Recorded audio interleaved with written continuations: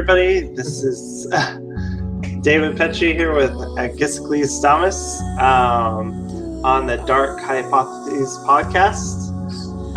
Agiscles still setting up, so I'm going to start us off just giving my general feeling about the episode without getting too into the details of it. I'm going to say it was my second favorite episode, or my, third favorite episode so far this season.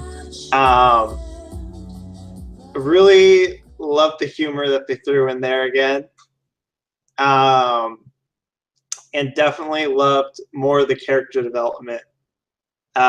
Just so good, in depth about the relationships that are building between the crew members. I think it's great. I also feel that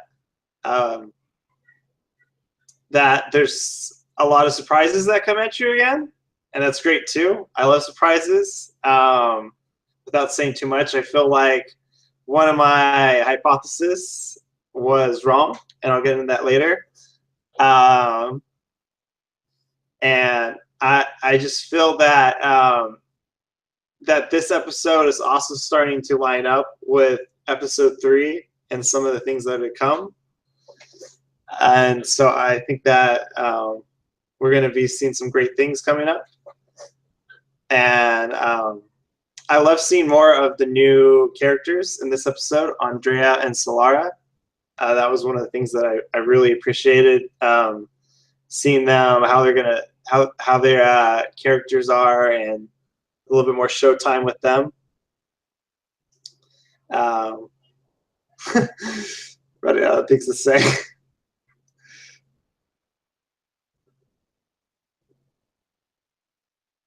I guess I could say, I guess this is my hypothesis week, and I will say that I do not have any hypothesis to share because there was nothing that struck out of the ordinary for this episode that I'm going to make a prediction about for the coming seasons. Here he is. Hey, so I apologize if you hear the keyboard going in the background here. I'm still trying to get the social media out to notify everybody that the show is live, but I left Dave adrift a little bit longer than I had intended to. So this is episode 4 of the Dark Hypotheses podcast on the E2KG network, which just launched 2 weeks ago with 3 unique, one-of-a-kind podcasts. Maybe that's a little hype, but we're doing the best we can. So we have 2 gaming shows and this show, which is our one entertainment podcast for the time. I'm standing a little off-center because I'm trying to reach my keyboard as well. So this is our fan cast where we cover the Sci-Fi Network's acclaimed show, Dark Matter. And last week, if you tuned in, you witnessed an absolute epic episode where co-creator of the show, producer, and showrunner, Mr. Joseph Mallozzi, dropped in on us completely impromptu, like a Halo parachuter out of nowhere, and made what for me was just arguably the most epic content creation, recording event that I've ever participated in and been a part of. So unfortunately this week, you just get Dave and I. So hopefully that will be. We don't know that. Right. Unless milk, just jump in 10 minutes. Right. You never know. So this week we're talking season 3, episode 5. Give it up, princess. Which is a unique episode, just in the titling at least. And the shtick of the show, although I'm doing a horrible job about the admin on this, I've definitely got to do some remediation after this episode, hopefully, before we record next time. We're supposed to be pitching a hypothesis, given the events of the episode, and just kind of riff on a conspiracy theory as to what we saw in this episode that will lead to something that will unfold in the future. We're supposed to be recording those and keeping track of them on a spreadsheet, and if someone dies or something gets destroyed or some event happens throughout the course of the season where there's no way that hypothesis can come to fruition, it is supposed to be stricken from the score sheet. and you will be one hypothesis down. And then at the end of the season, we will score them based on whether or not they came to fruition, and maybe some other factors that we haven't completely finally decided on. We would strongly encourage you, who may or may not be watching along with us, maybe you watch the live show, maybe you catch up with us in syndication, so to speak, after the show has been recorded and posted to the YouTube channel. But either way, you're welcome to play along with us. You don't have to tell us what your hypotheses are. You can keep them to yourself, put them on a bingo card, however you want to play it, and score yourself at the end of the season. And then maybe we can have a discussion about it on Twitter or Facebook or the YouTube channel, whatever floats your boat. So this week, like I said, we had the episode Give It Up, Princess. I've got to get to my phone and pull up my notes. I don't have a count for you this week, Dave. Last week I had 42 talking points about episode 4. I don't think I have that many this time, but I have a number because as we learned last week, it's smart to be prepared because you never know who's going to show up. Last week would have been highly embarrassing had we not been prepared. So I apologize for the shotgun start. Dave, how have you been doing? I'm doing good. Just getting ready to go back to college for an extra quarter to get my IT certifications starting Monday. So studying up on that and just enjoying this fun week. You know, fireworks were yesterday, and you know, Monday I watched Dark Matter, and today was just a day of studying. Very nice. Very good to hear. Congratulations on that. And by the way, thank you. So this episode, I can't even. So this episode opens up with a training scene between Solara, which is a really good scene, I thought. Yeah. Why don't you walk us through that while I'm finishing up? Okay. Basically, you see 5 getting trained by Solara, and Solara's like, I'm going to start you at the beginner class. And then 5 takes Solara and slams her on the ground. And she's like, okay, maybe you're more of an intermediate, and I misjudged you. It's just great because you see that development further in this episode of 5 as an actual crew member, and that she's not to be messed around with. And you know that later on season she's going to have such a huge role in this series. And it's just interesting to see her interactions with every character. I don't know what it is about her, but she also seems to tend to bring out the best of people, I think. And then so in this scene, after they're doing their training, Solara kind of shares her backstory, and it kind of like makes you fall out of your chair almost because you don't expect what you hear. So Solara was a monk who was living in a temple, and she talks about how one day she went off on a trip, and while she was gone, bandits came, killed everybody in her monastery. And so when she gets back, she finds out that they were literally just killed. Their bodies were still warm. And so in the night, she goes searching for them in the forest, and she breaks her vow to only kill for self-defense. And she like slits their throats and kills them all in the middle of the night, and she's no longer a monk. And then fast forward, we see her today. So we know that she has some sort of moral, ethical background to her. And she knows how to fight from monks, which is cool. And definitely something that I don't think I've heard about in many sci-fi shows. So I thought that was great. I don't know, I guess, Liz, what did you think of that first scene? Anything you want to add? So a few pieces, right? It's a great scene. As always, the best Dark Matter moments are the smaller, more intimate scenes featuring one-on-one interaction between the characters. So, like you mentioned, we get to see Solara training 5, and we hear her recount her backstory and what kind of twisted her off her original path to become to eventually result in her becoming a crew member of the Raza. which is kind of a typical thing, right? So people who arrive on this ship, people who kind of become principals in this story, are people who, who experience tragic events that take them off an originally intended and often altruistic path.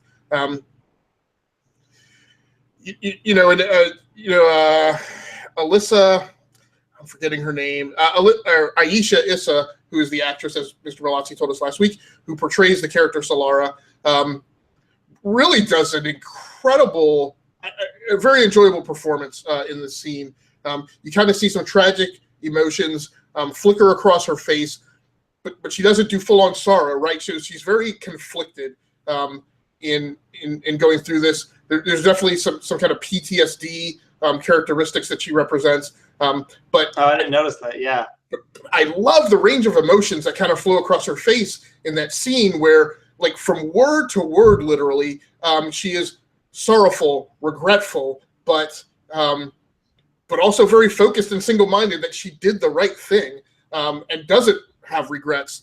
So, she's talking through it like, hey, those guys did a bad thing and they got their comeuppance, right? But I feel horrible about it, right? And it kind of goes back and forth. Spasms of pride, what I wrote for my notes is spasms of pride, satisfaction, vengeance, sorrow, regret. And I also wrote this, and you get that faraway look in her eyes where I'm like, she could have snapped in that experience, right?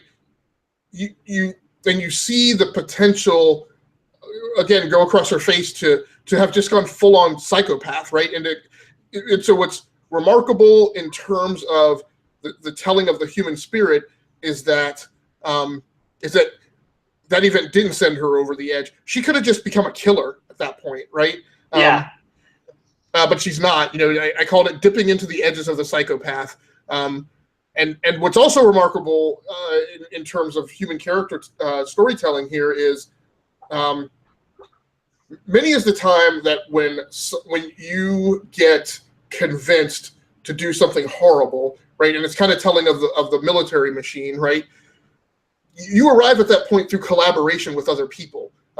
You have a dialogue with people where the strength of at least a partner, another person, allows you to feel comfortable in your decision to go do something terrible, right? That, hey, if one other person agrees with me and agrees that this is right, then I can't be just completely jacked up, right? But Solara is by herself and arrives at this decision by herself, and that, to me, is kind of remarkable, again, in terms of that storytelling of the human spirit. And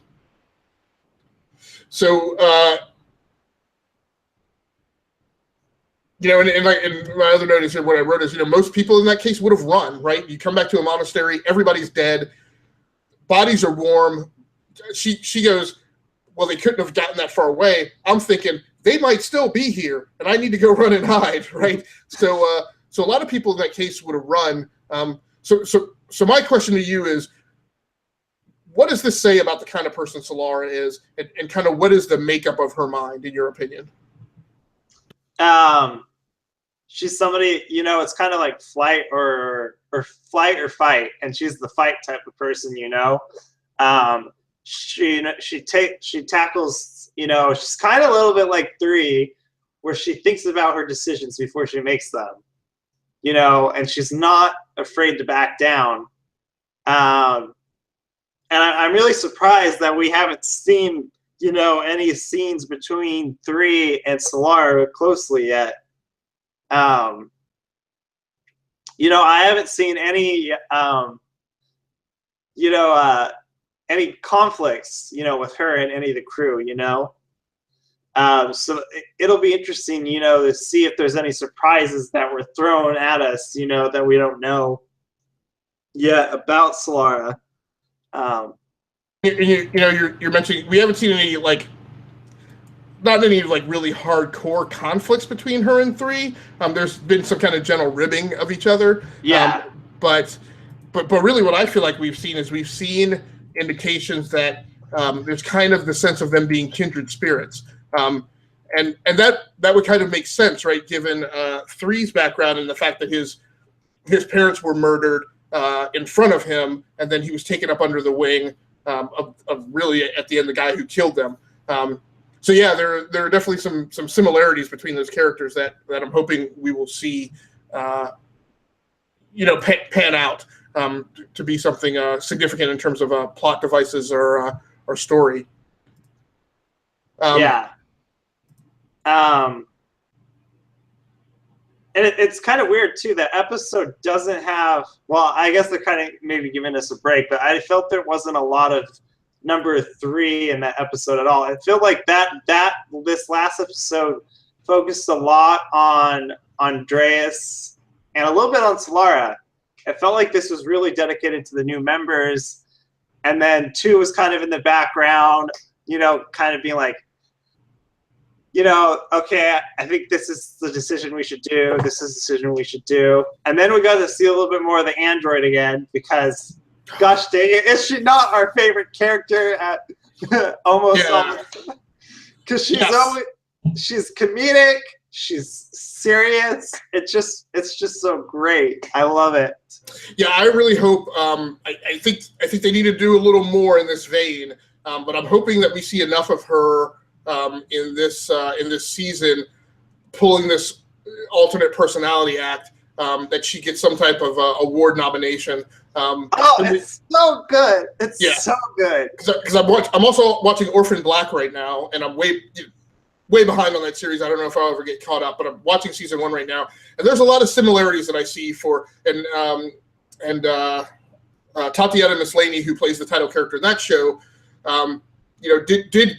has won awards, or at least definitely been nominated. I'm pretty sure she won one year, because of people taking note of her portraying characters of multiple personalities in the course of a single episode, and always kind of introducing new variants of her character that have distinctly different character backgrounds. So one thing I need to do, which I didn't do, I meant to hit the Dark Matter Wiki and look up this religious order that Solara indicates that was part of, and kind of understand a little bit more of that story. But yeah, it should be interesting to see more of that unfold. And so you have the hypotheses this week, right? But you said you did. It would be, but yeah, there's really nothing that stood out to me that I want to say, this could mean something's coming, or. All right. So maybe what we'll do this week is maybe we'll make a joint hypotheses, and we can come back to this. But I guess one of my hypotheses, just because it's exactly what unfolded in season 2, with Nyx and her brother, I'm wondering if we see more of this story of this religious order, right? Like maybe they weren't all killed. Maybe there is one other monk. Maybe what we get is that there was another monk who wasn't killed, who was actually in on these bandits who came in and killed them all, because otherwise I don't really know how you find a hidden monastery unless somebody tips you off to where it is. That's true. So we'll come back to that later.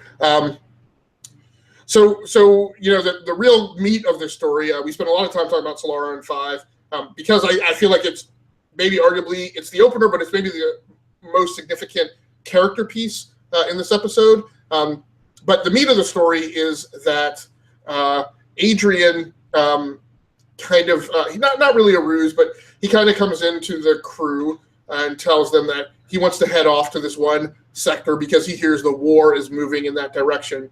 And what it really turns out to be is he knows that Tabor's female companion, I will say, is holed up at one of Tabor's hideouts. Maybe it's arguably his primary hideout, and he's concerned that the war is going to reach her and she's going to be impacted.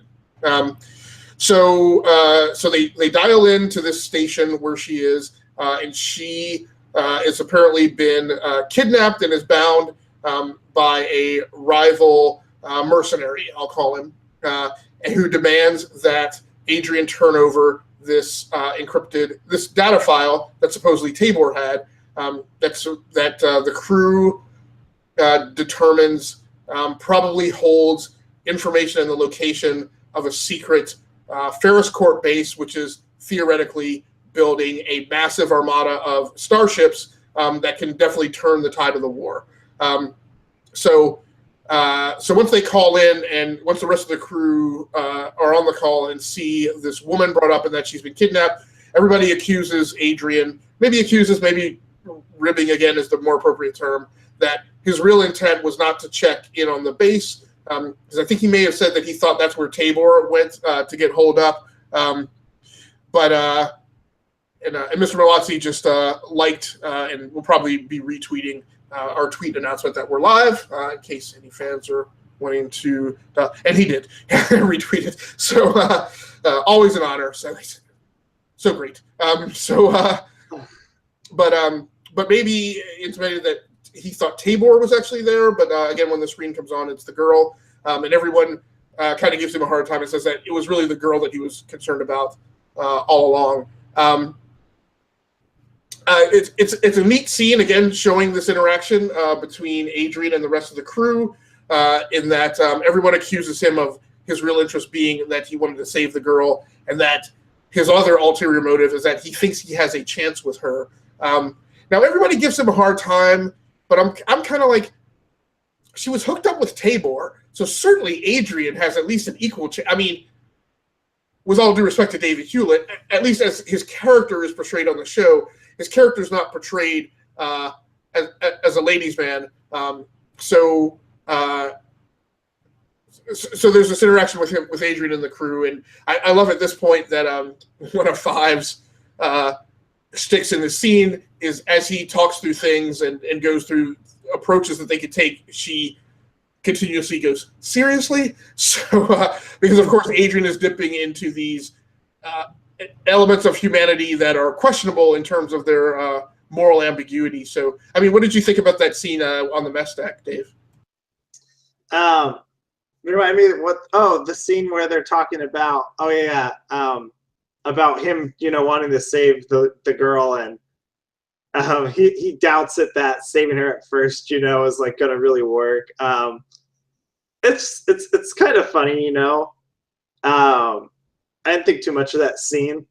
The scene that I thought was more impressive is when they get onto the base, and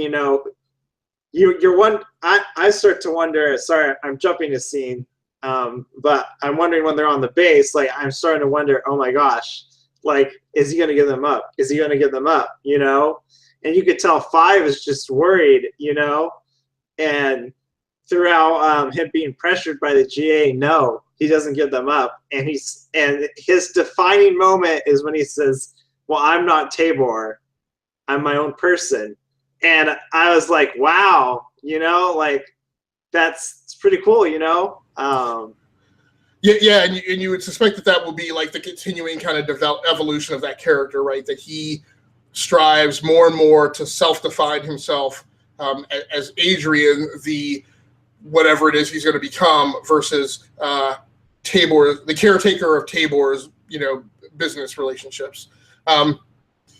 So then, in the scene we talk about Project Phoenix, which kind of gets revealed, and now now that once 2 realizes that's what it has the potential to be, I thought it was very interesting that 3 is like, hey, this isn't, why would we care, right? And instead of talking about the financial value of the thing, 2 goes,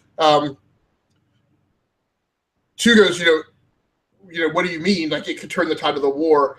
I thought it was a very interesting character lateral move with 2, who has kind of been on this bandwagon of, hey, we can't save everyone, we need to be selective.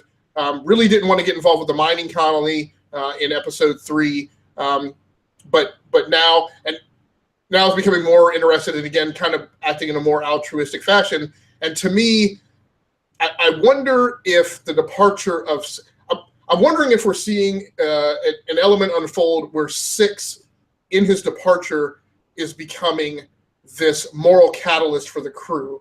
And it certainly presents the potential that should anything happen to 6, like, again, the Raz is going to go full on, vengeance caravan, right?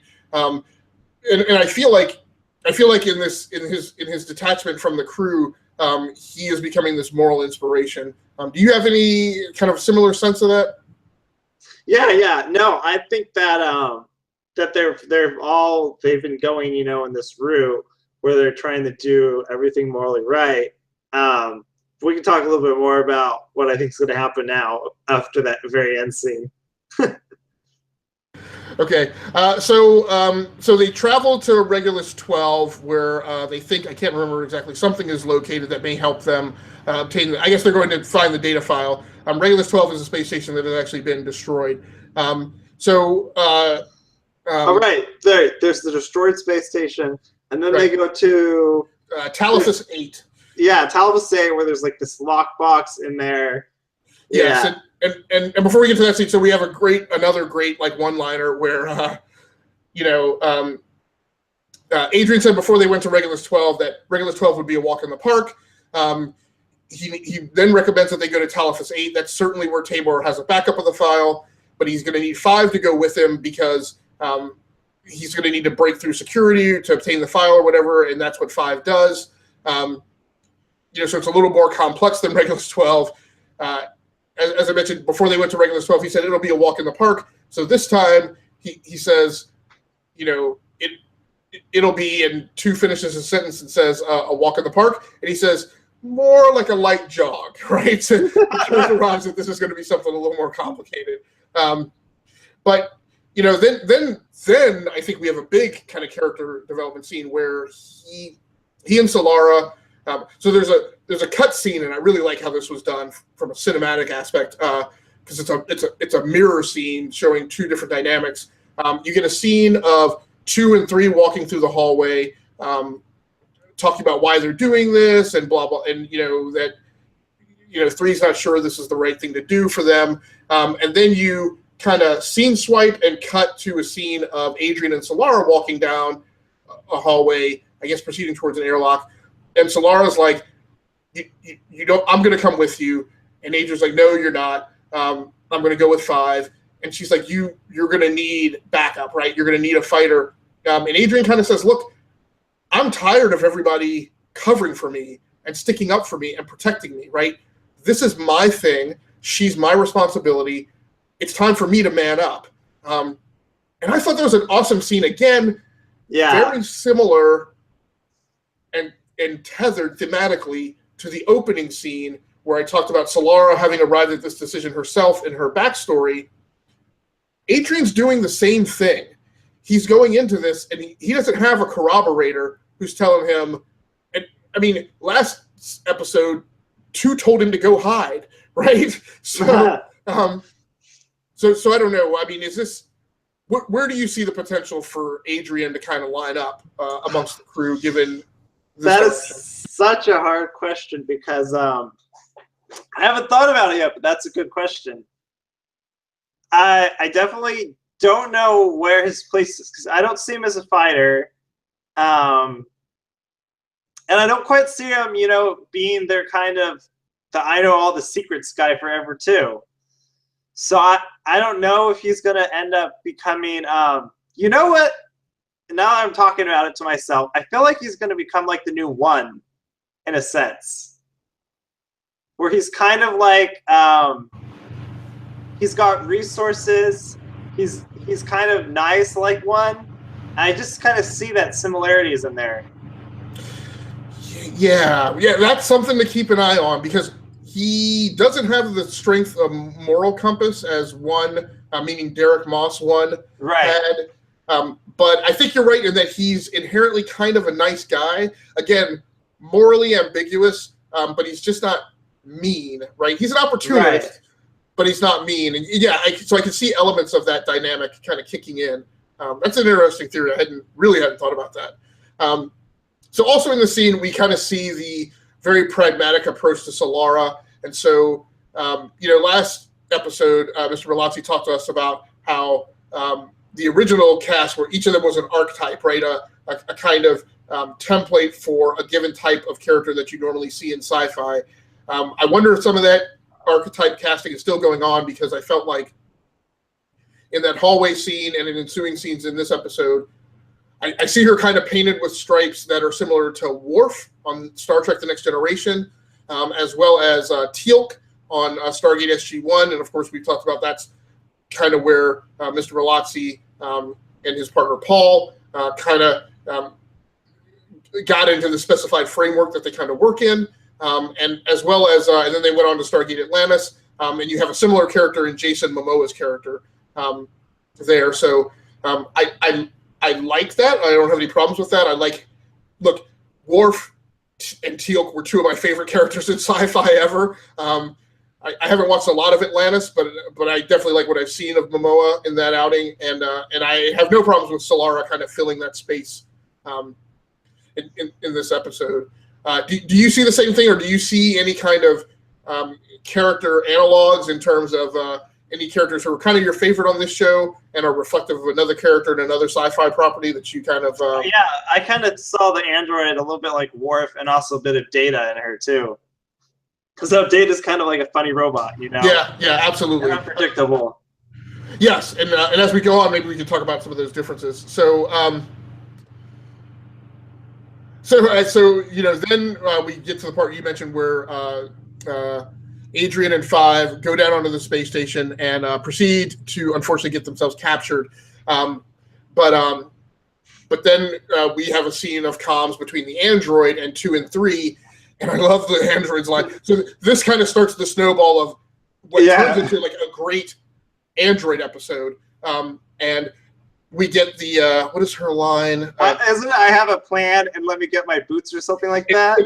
It's I have an idea. I just need to hack into the station's data node and unpack those heels I picked up. Yes, that's it. I love it. And my mind was kind of blown at that point. I was like, oh, we're about to get something special. So then I love her character. Did I rate the character?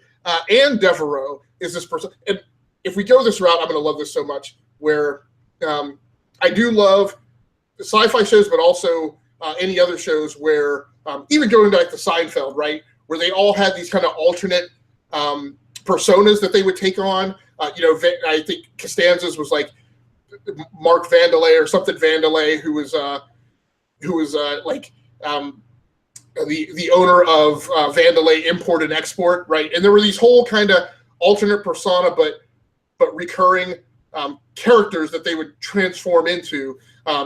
So the android shows up on the space station and refers to herself as Anne Devereaux. She has a southern drawl, and I grew up. I love it. Yeah, it's so good. It's so charming and so well acted. I love seeing Stark android, who, like you mentioned, is very much like Lieutenant Commander Data in the initial seasons of Star Trek: The Next Generation, and then see her taking on this persona. So of all things, a southern drawl, because, and again, it's this great foil because characters in science fiction who are space explorers typically don't have the southern drawl. Seems to be a American cultural phenomenon that does not follow the species into outer space, right? So it was great, so awesome. Another thing, sorry. I wanted to add, I think we start seeing that these scenes back with Ryu again, right? Starting to come up that are intertwined. Yeah. So I kind of, not to like say too, I love it how that, these scenes at the very end of the episode, they're intertwined and interconnected to what's currently going on with the crew. So just wanted to add that was good, because otherwise I was starting to wonder, like, well, this is kind of interesting that we're seeing Ryu, but there's the connection. Okay, great. Yeah, so I don't want to say I struggled with it. So it has to be done, right? You have to periodically flash to the story of what's going on in the Ishida Empire. There were points in this episode that I was like, noted, great, let's get back to Android on the space station, right? And I want to be careful how I point that, because I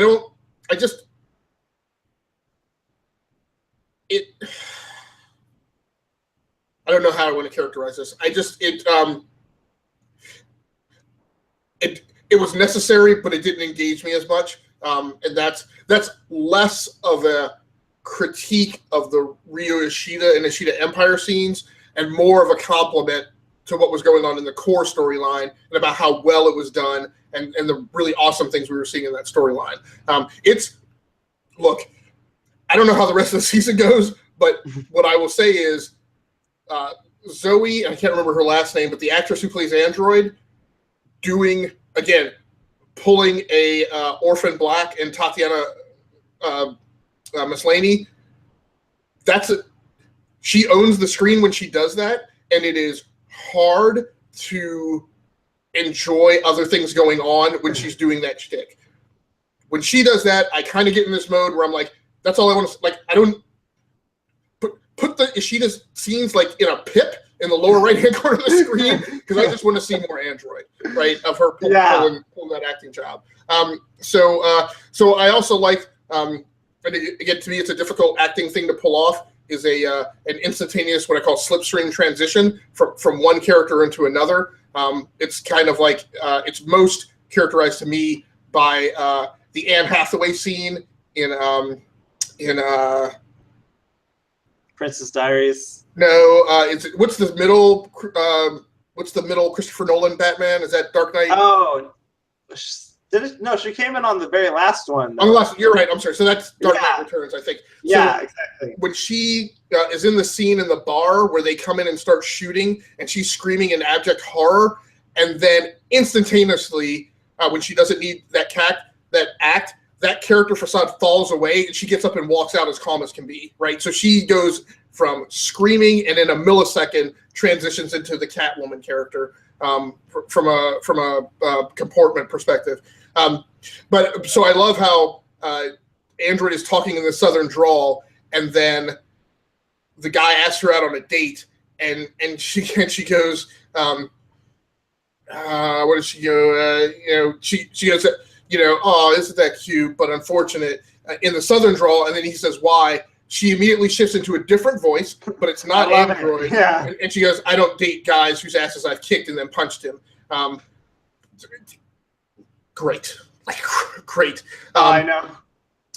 So then we go to the brig where they're holed up because the scene with the android and the other guy is on another deck on the space station. And Adrian starts running through, again, kind of showing his naivety, but talking about, look, we're going to get out of this. It's no problem. Stop being so negative. And he kind of runs down all the tropes that you typically see in sci-fi. He's like, hey, look, I have it. We're going to, and Five goes, pretend to be sick. And he's like, yeah. And she's like, no, that'll never work. And then he goes, it's no problem because you're going to hack this panel. And she goes, without my tools, right? So she's been there, done that, knows the things that aren't going to work. And it's wonderful trying to see optimistic but idealistic Adrian talk through, while for Five, this is kind of old hat. So the next scene, and again, I love how this scene's constructed, is the overconfident, he wasn't Galactic Authority. I guess he was Ferris Corp. Oh, no, you're right. He was Ferris Corp, yeah. Yeah. So he's in the cell questioning them. He's trying to kind of blackmail or extort money from Adrian. He wants Adrian to give up the crew of the Raza, and good on him, Adrian, for not doing so. But he starts getting messages, right?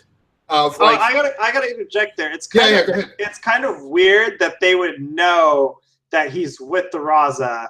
So that makes me wonder, how do they know that information? Yeah, I chalked that up, and I think he said it that it's just rumor. Like, word gets around, right? Like, you get spotted at one space station, and the Raza's also there, and then you're gone. I guess people talk across subspace channels, I guess. But I love how that scene unfolds, where because I've been there, right, and I've seen things that happen. Like, you get one report, and you're like, so go take care of it. Don't bother me. You get a second report, and you're like, look, seriously, you guys can't handle things. Like, I don't need to micromanage you. Then you get a third report, and you're like, hold on a second. Are all these three things connected? And so I love in that moment, the confidence transfers from the Ferris Corps guy, then to Five, then to Adrian, right? So he says, you're not going to get out of this or whatever. Five says, I wouldn't be so sure about that. Another report comes in, and Adrian goes, this floor, right? So Zoe Palmer. I'm sorry, I actually had it written down. I don't know why I couldn't remember it off the top of my head. And then Android comes in and says, in the southern drawl, says, "Hi, I'm their lift." And we didn't really talk about how. Also, there's another scene that we didn't really talk about where they encounter another android, and I guess this is on their way to the Ferris Core station. I guess this was maybe on Talifus 8, where Android offers to give him an emotion chip, and 3 shoots him, and that was good too. I really like the actor who portrayed the android. That was interesting. The 2 things that struck me on that was she actually is, willing to spread. She's really for that personality thing. So that the point where she's spreading it, she's giving it to somebody else. Right. Go on. And I guess I have the sequence messed up. So that does actually follow after they get them off the space station, because I remember the costume shift. We skipped a couple stuff. Yes. So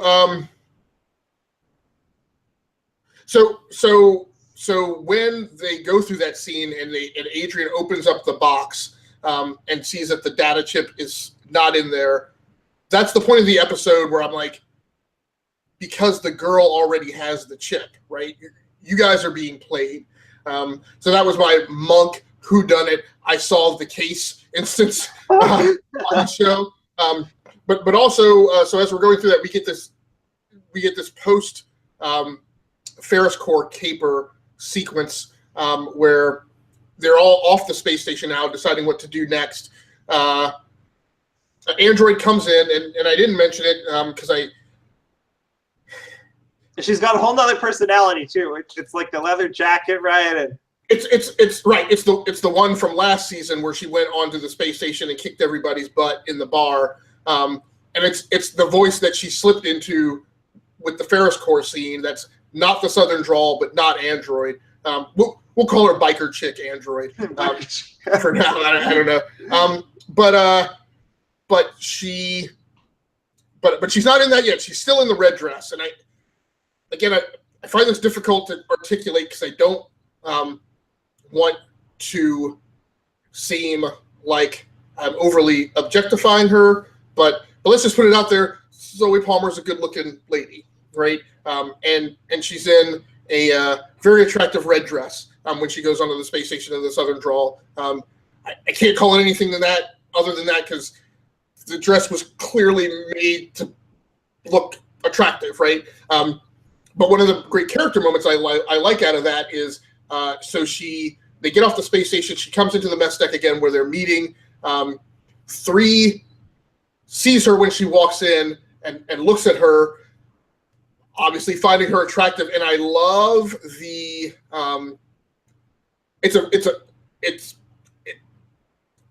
I don't want to call it romantic, but it's the way that a girl looks at you when you like her and she appreciates that you like her, right? She looks at him and smiles and blushes a little and bashfully looks at the floor. And it's a very small thing. It's a very physical acting thing. No words are spoken, but it plays wonderfully. And I love the thoughts that it caused about being amazed at her level of emotional achievement, right? Because that's a very complex human emotion to pass through and to pass between 2 people. And I loved it.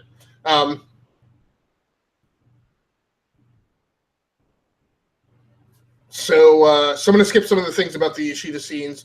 I want to say something that was cool. Yeah, no, go ahead. I thought it was interesting. I knew in this that it was going to come to a time. I could totally tell. I didn't know that it was going to be decided in this episode about what type of emperor is he going to be.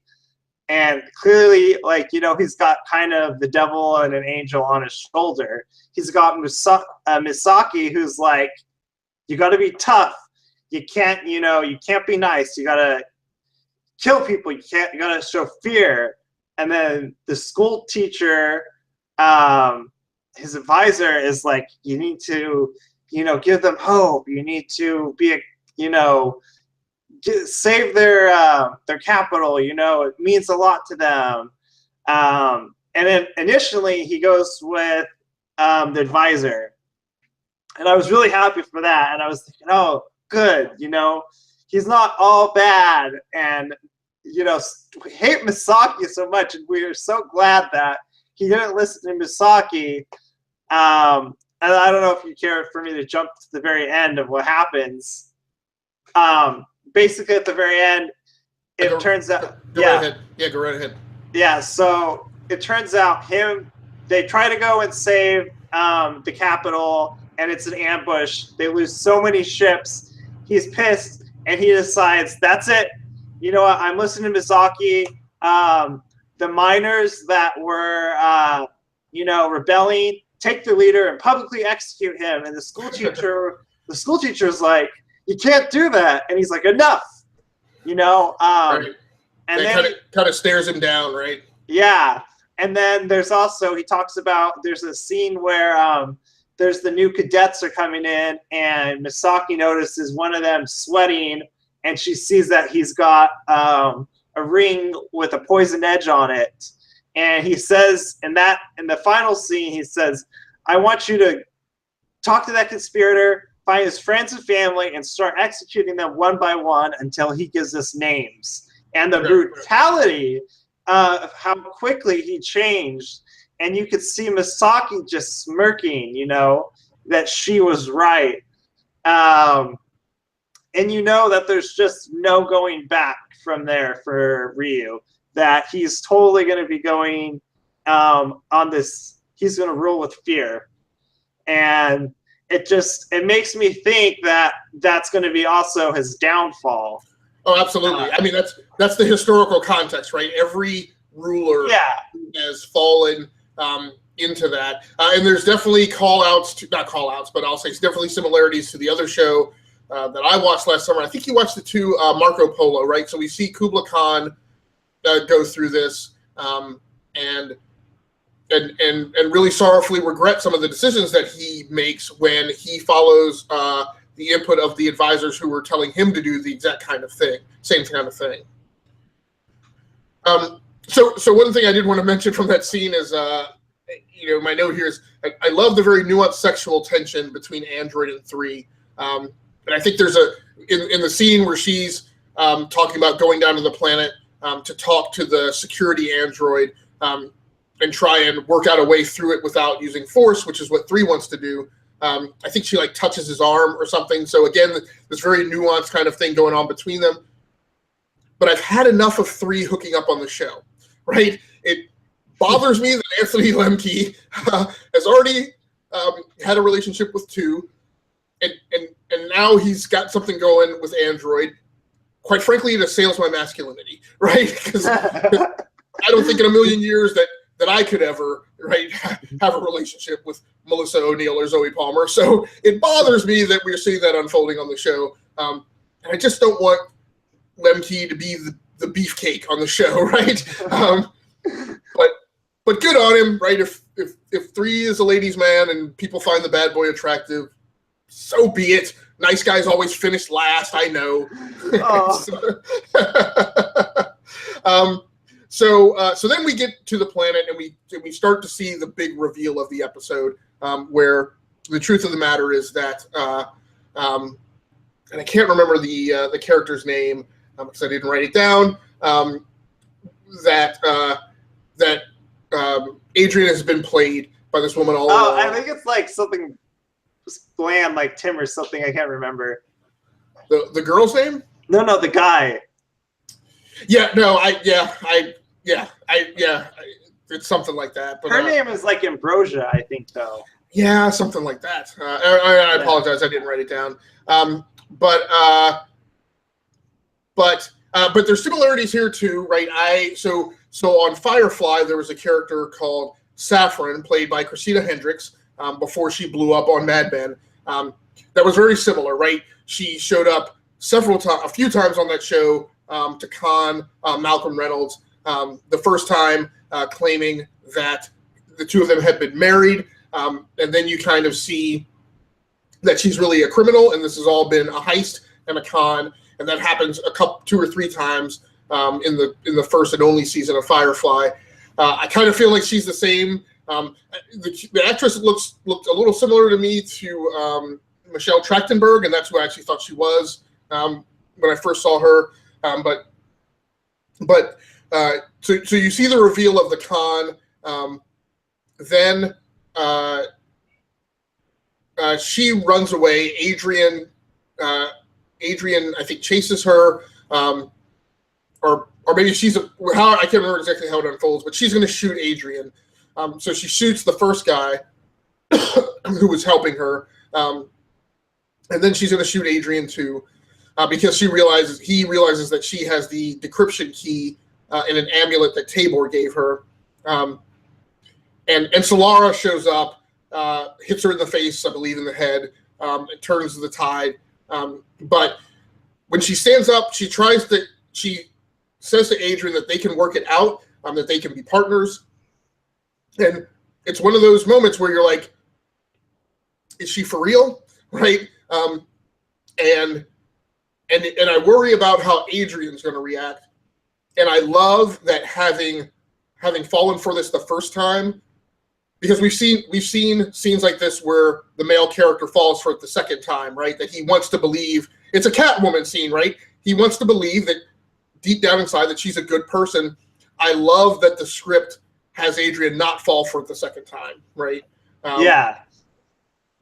Again, that to me is kind of very, very telling of the makeup of his character and where she's going to go, or where he's going to go. So let me ask you this. Yeah. Since we're still talking about Adrian, it kind of wandered in my head. I don't have any strong feelings either way. I think it'd be very interesting. Do you think that Tabor is dead or alive? And do you think Andrea, or I forget his name, really knows what happened to him? Adrian. Man, that's too tough to call. It's dark matter, right? I would love to say Tabor told Adrian he was taken off, or he just disappeared, and Adrian's being honest.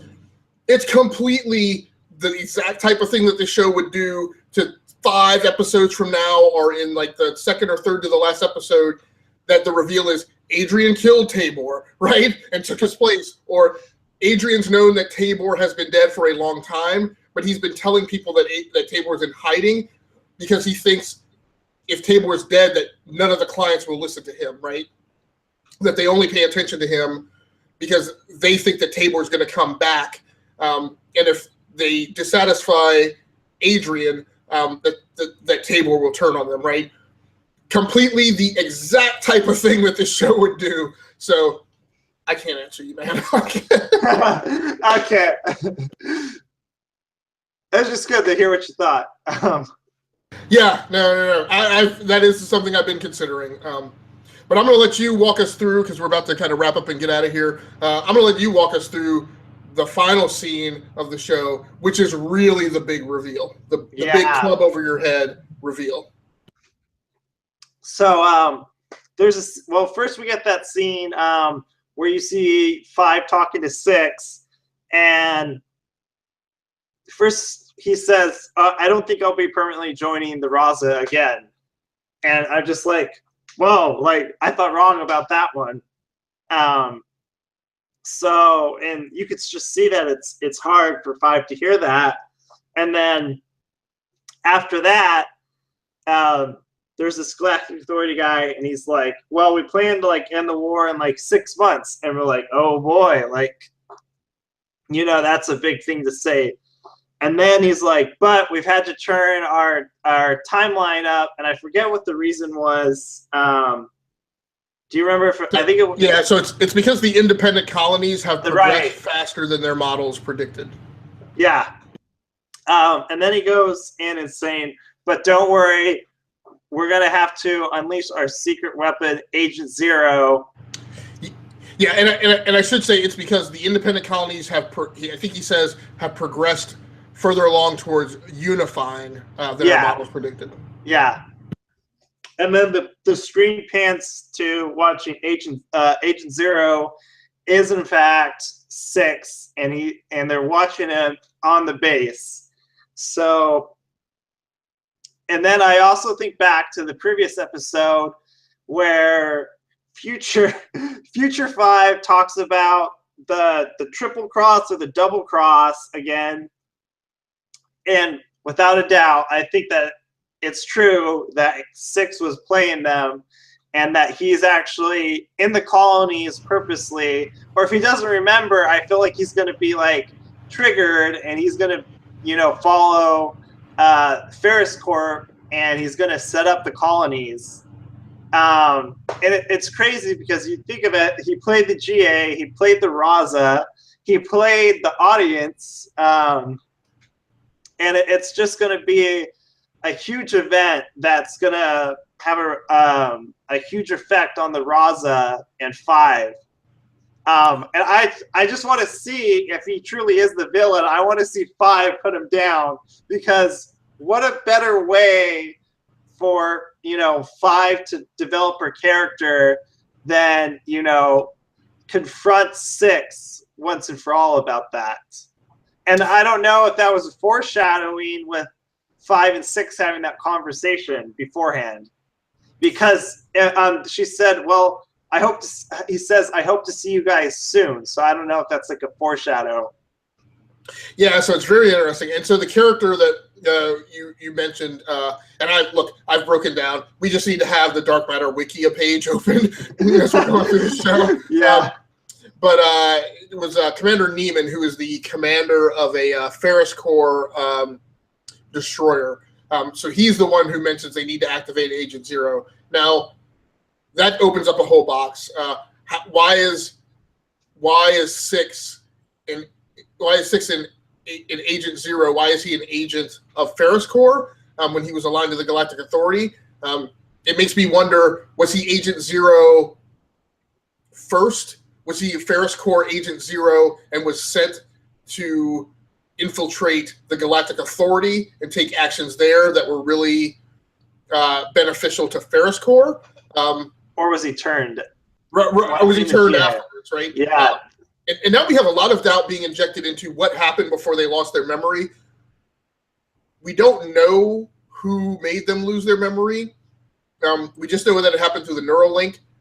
There has been the doubt injected that, and I think we've all been of the mindset that the memory wipe happened and then they woke up and saw each other. But again,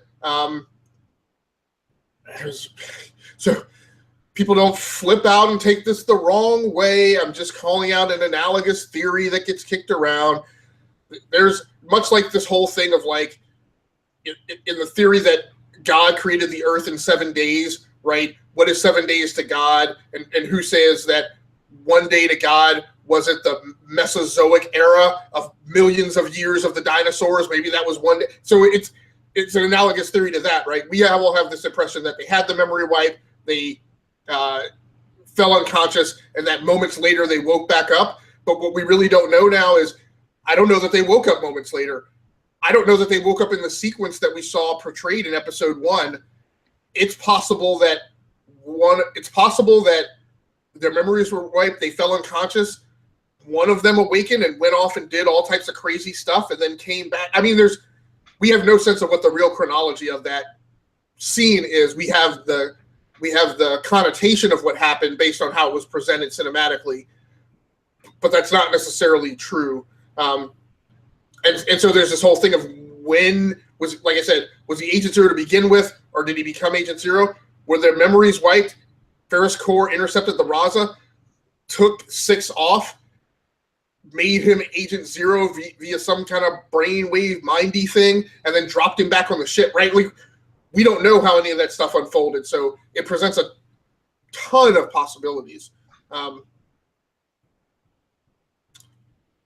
So it's interesting, and like you said, it presents the possible scenario that, you know, if he's a sleeper agent, which is what I took away from it, who'll be activated by dropping some catnip on him or something, kind of like in the comics they make X-23 go berserk.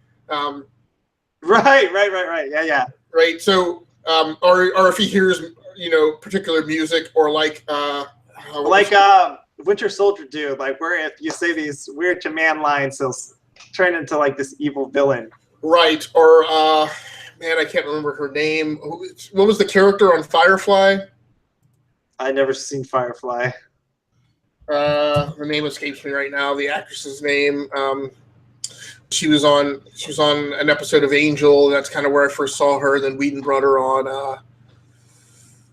Whedon brought her on to. I'm trying to remember her name. The actress's name is Summer Glau, and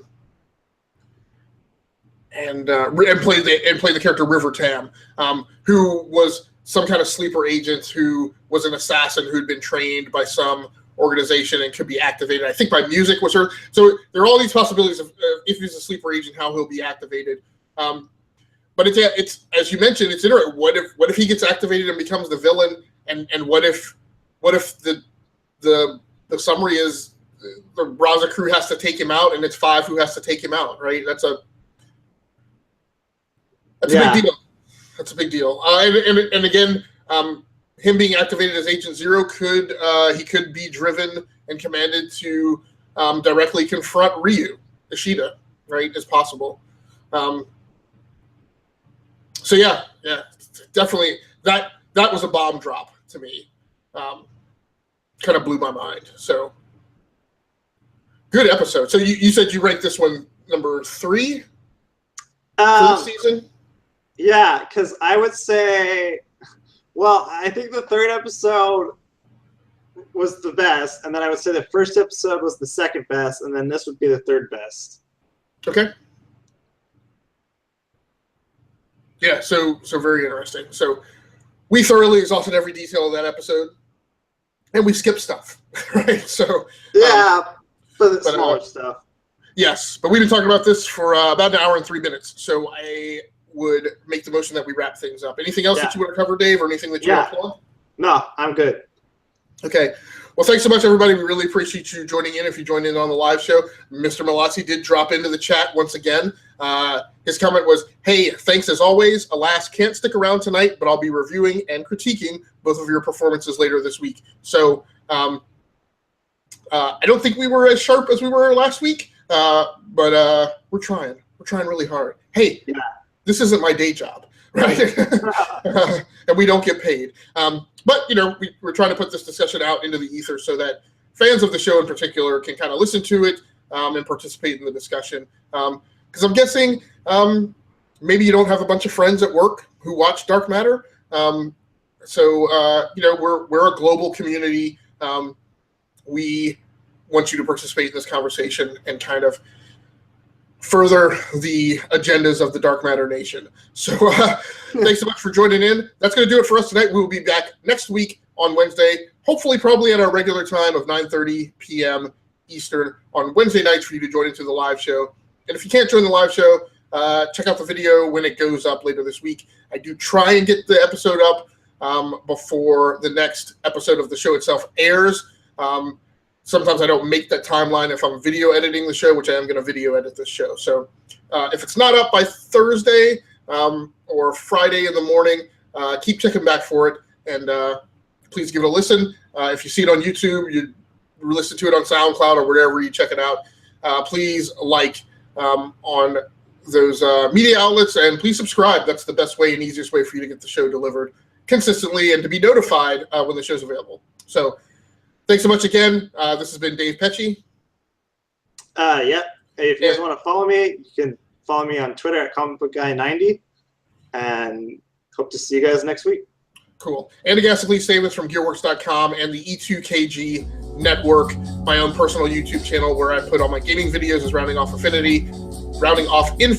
And you can follow me on Twitter, like my name says in the bumper sticker here, at Agassically Statements, one word, 2 S's in the middle.